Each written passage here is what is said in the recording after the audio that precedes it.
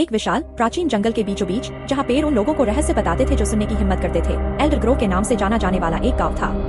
यह गांव दुनिया से दूर छिपा हुआ था, समय से अछूता था और अधिकांश लोगों द्वारा भुला दिया गया था।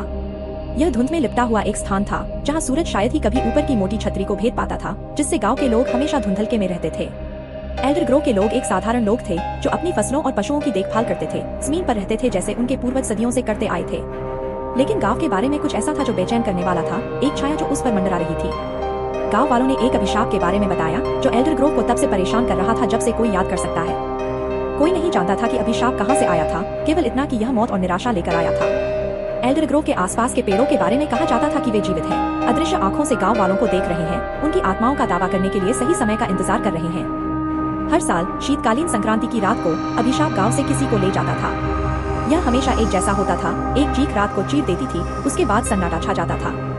अगली सुबह एक ग्रामीण बेजान पाया जाता था। उनका शरीर अप्राकृतिक तरीकों से मुड़ा हुआ था, उनकी आंखें भय से खुली हुई थी। गांव के बुजुर्गों ने युवाओं को चेतावनी दी कि वे अंधेरे के बाद जंगल में न जाएं, क्योंकि उस समय छाया सबसे मजबूत होती है। उन्होंने उन लोगों की कहानियां सुनाई जिन्होंने रात में जंगल में प्रवेश करने की हिम्मत की थी और कभी वापस नहीं लौटे, उनकी आत्माएं अंधेरे में खो गयी। चेतावनी के बावजूद जिज्ञासा और भय एलारा नामक एक युवा ग्रामीण के दिल में घुस गया। वह अभिशाप की कहानियां सुनकर बड़ी हुई थी, लेकिन उसने यह मानने से इनकार कर दिया कि वे सच थीं। वह अभिशाप के बारे में सच्चाई को उजागर करने और इसे हमेशा के लिए समाप्त करने के लिए दृढ़ थी।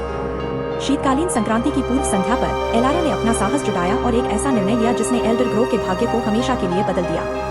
केवल एक लालटेन और एक छोटे खंजर से लैस होकर वह जंगल में चली गई और अपने भीतर छिपे अंधकार का सामना करने के लिए दृढ़ संकल्पित थी।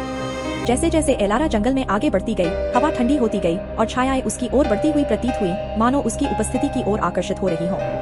पेड़ों ने उसका नाम फुसफुसाया, हर कदम के साथ उनकी आवाज तेज होती गई, लेकिन वह आगे बढ़ती रही, उसका संकल्प अटल था। घंटों लगने के बाद एलारा एक खुले मैदान में पहुंची।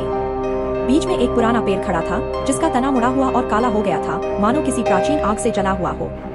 पेड़ के चारों ओर की जमीन बंजर थी और हवा सड़न की बदबू से भरी हुई थी। एलारा को पता था कि यह अभिशाप का केंद्र था।